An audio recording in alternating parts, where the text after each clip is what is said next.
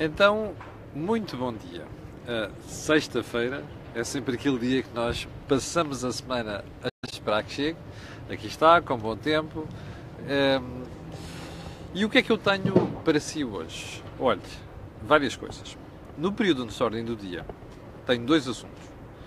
As sondagens mostram que, apesar da má gestão desta história dos incêndios, dos fogos e das mortes, tanto o Governo como o PS não saem muito afetados. Eu só tenho um comentário a fazer sobre isto. É por aqui que se percebe a qualidade da oposição que a gente tem em Portugal. Bem, segundo ponto. O meu jornal dizia ontem, e confirmou-se, que o Jornal de Negócios, que o Governo vai subir o mínimo de existência. Ou seja, isto quer dizer que salários e pensões até 632 euros vão ficar livres de IRS, ou seja, não vão pagar imposto sobre o rendimento das pessoas singulares. Ora bem, a ideia aqui, já percebeu, é beneficiar as famílias com menos rendimentos. Ora, eu, pelas minhas contas, por aquilo que falei ainda esta semana,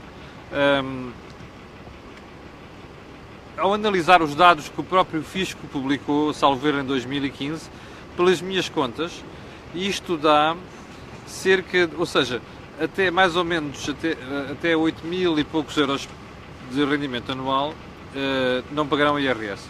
O que significa que, pelas minhas contas, estarão neste grupo cerca de 1.500 famílias, mais coisa, menos coisa. Do ponto de vista social, isto é muito importante, mas agora é preciso perceber como é que isto vai ser pago. Ou seja, também é verdade que estas famílias não pagavam muito IRS, não é? Mas a verdade é que é sempre uma receita a menos e, portanto, era bom que o Fisco, o Governo, viesse explicar, não é o Fisco é uma instituição técnica, o Governo viesse explicar como é que vai compensar esta perda de receita. Ora bem, agora a agenda. E na agenda tenho aqui 3 pontos. Você lembra-se de todo este episódio à volta da Auto Europa e da greve feita esta semana? Uma das coisas que eu tenho falado aqui sistematicamente é do papel que o antigo presidente da Comissão de Trabalhadores, António Chora, teve no passado para evitar greves. Ora bem, o António Chora, como expliquei aqui também várias vezes, e ele não faz segredo disso, é uma pessoa de esquerda. Mas é uma pessoa de esquerda de esquerda próximo daqueles partidos de extrema-esquerda, tanto o Bloco de Esquerda como o PCP. Bom, ao que tudo indica, o António Chora está na zona de influência do Bloco de Esquerda. Ora bem, o António Chora, como você se recorda, foi a pessoa que esta semana condenou de forma taxativa e veemente a greve. E que dizia, inclusive, que isto era mesmo a tal tomada de controlo da Comissão de Trabalhadores, era uma tentativa por parte do PCP. Bom, eu sei que algumas pessoas do PCP ficaram muito incomodadas com isto e algumas até me fizeram chegar a esse comentário depois daquilo que eu disse aqui. E eu acho que existe alguma razão aqui nisto, não é para o PCP, eu tenho um desafio para o António Chora, que é perguntar assim, ao António Chora, porquê é que você não convence os dirigentes do partido, Bloco de Esquerda, a mudarem de posição em relação à greve?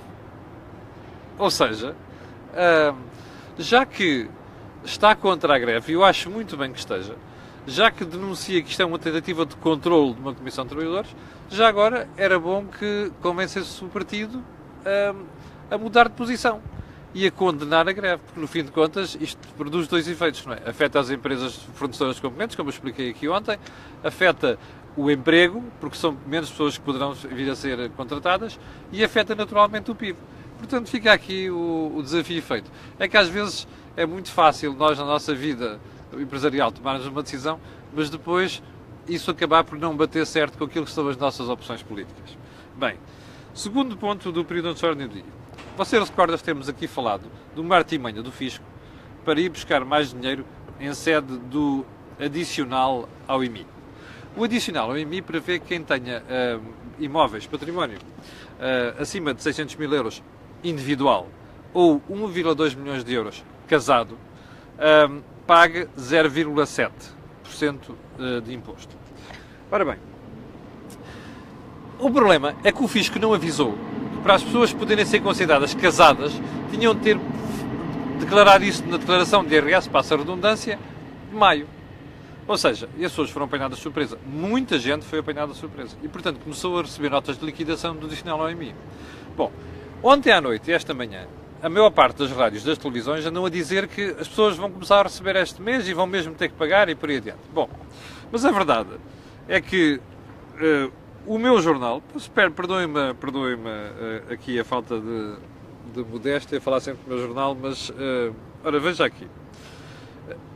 Casais vão ter nova oportunidade para evitar o pagamento do adicional ao IMI. Não se vê nada. Não se vê nada, mas vai-se ver. Está aqui. Ora bem, o artigo é escrito pelo meu colega Celso Filipe e diz que, inclusive, cita, não é uma informação, é que já cita o que é que diz a nota do fisco. Vai ser publicada, salvo erro, hoje, no Portal das Finanças, e diz que as pessoas, a partir da próxima semana, vão ter a oportunidade de corrigir isto. Podem fazer no Portal das Finanças ou mesmo no e-balcão. Mas agora, o que é que eu tenho para lhe dizer sobre isto? Uma coisa muito simples. Você lembra-se que eu há 2 semanas fiz uma aposta consigo. Disse-lhe que tinha a certeza, ou quase a certeza, que este prazo ia ser alterado, ou as condições iam ser alteradas. E lembra-se porque é que eu disse que ia ser alterado? Porque provavelmente há uma boa parte da classe política que foi apanhada por isto. Ou seja, que também não sabia que tinha que declarar isto durante o mês de maio. E, portanto, recebeu a notinha fiscal lá em casa. E, portanto, o que acontece é que, quando dói aos políticos, é uma chatice, não é? Bom, primeiro ponto. Segundo ponto. Já percebeu a balbúrdia que vai aqui, não é? O péssimo serviço que o Governo está a fazer sobre isto. O Governo espera ir buscar 130 milhões de euros de imposto, de receita com este imposto, com este adicional. Agora, veja este pormenor. Isto já devia ter sido divulgado de forma ampla esta semana. Até porque as televisões são importantes para divulgar estas coisas, não é? Ora bem, saiu no Jornal de Negócios. Eu sei que é uma caixa do Jornal de Negócios, mas isto devia ser uma informação que o fisco devia ter tido a preocupação de divulgar de forma ampla. Isto mostra a balbúrdia que vai na forma como se lida com estes assuntos. E já agora, seguindo para bingo na agenda, mais o último ponto. Aliás, não é o último, eu já lhe vou explicar porquê. Lembra-se dos mimos de Cavaco Silva para o Presidente da República. Fala muito e tal, ou deu a entender que fala muito, verborreia frenética e tal. Ontem, o Presidente da República disse que não queria comentar aquilo. Mas não resistiu. Como bom Marcelo que é, não resistiu. E sempre disse que não era bom os presidentes, não era falar dos antecessores, também falar dos sucessores, não sei das quantas, por uma questão de cortesia e tal. Ou seja, basicamente o que nós dissemos aqui ontem e outros analistas também. O que é que eu gostava de dizer sobre isto?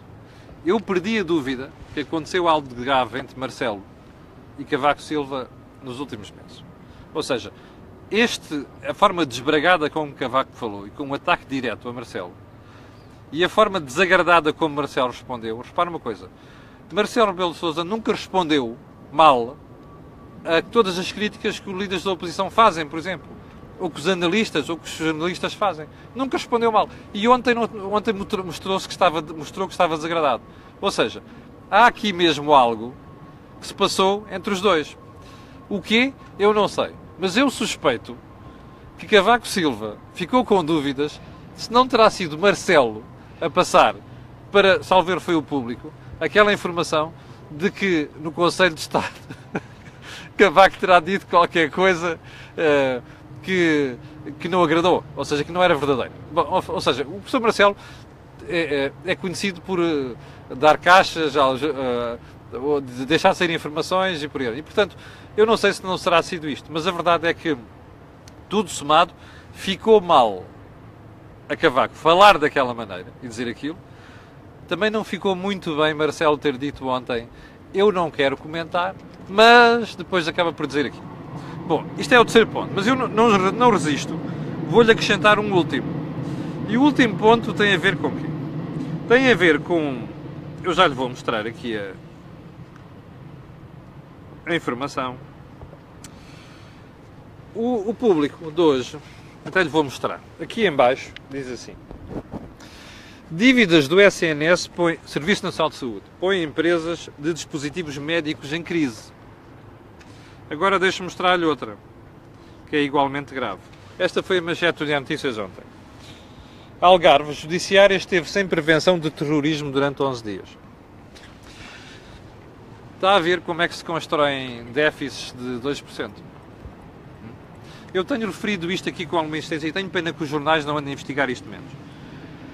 Façam uma investigação às empresas que fornecem o Estado, nomeadamente o Serviço Nacional de Saúde, para se perceber que os prazos aumentaram, que há dívidas que estão, dívidas que estão por pagar, e isto afeta dramaticamente as empresas.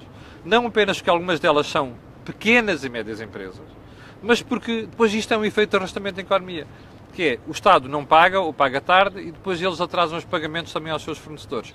Isto é uma vergonha, isto é mau, isto é um efeito muito nocivo naquilo que é, primeiro, a moral, que é, as outras empresas ganham moral para dizer às outras pessoas, o Estado não pagou, portanto eu não pago, tenho que atrasar os pagamentos. E em segundo lugar, isto é mau para o próprio Estado. Porquê? Porque está a falsificar um déficit. É desta forma que nós estamos a conseguir déficits mais baixos. Ora, isto é insustentável. E por aqui você pode perceber as críticas que eu tenho feito à forma como o Estado está a gerir toda esta questão das contas públicas. Isto não é sustentável. Muito bem, chegamos ao fim da conversa de hoje. Eu quero agradecer-lhe estar desse lado e agradecer-lhe o apoio que nos deu ontem e o acompanhamento que fez ao Think Tank. Nós regressámos com o Think Tank ontem.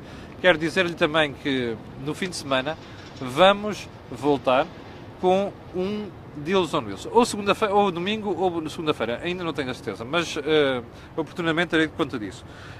Quero também dizer-lhe que, agora que chegamos ao fim da conversa de hoje, não se esqueça de partilhar, que é muito importante, é a forma mais importante de divulgar informação nas redes sociais, e por ali um gosto, ou então seguir. Fique por aí, e então até ao fim de semana. Muito obrigado.